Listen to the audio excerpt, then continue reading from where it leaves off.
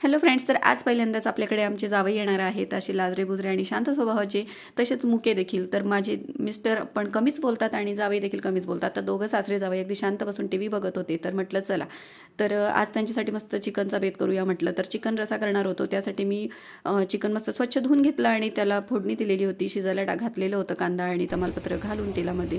तर त्यानंतर आपण मस्त मसाला वगैरे वाटण करून घेतलं, कांदा खोबऱ्याचं भाजून घेतलं छान आणि त्यानंतर वाटण तयार करून घेतलं. त्यामध्ये हळद घातली, काळा मसाला घातला, धणेपूड घातली, लाल तिखट घातलं आणि शिजलेला चिकन त्यामध्ये मस्त फ्राय करून घेतला. त्यानंतर आपल्याला पाणी घालून घेतलेलं आहे. त्यानंतर म्हटलं घट्ट व्हावं चिकन, तर त्यासाठी मस्त असं त्यामध्ये डाळ्यांचं पीठ घातलेलं आहे. त्यानंतर आपण सुकं चिकन देखील बनवणार होतो. तर जिऱ्याची फोडणी दिलेली आहे, काळं वाटण घातलेलं आहे आपलं मसाल्याचं.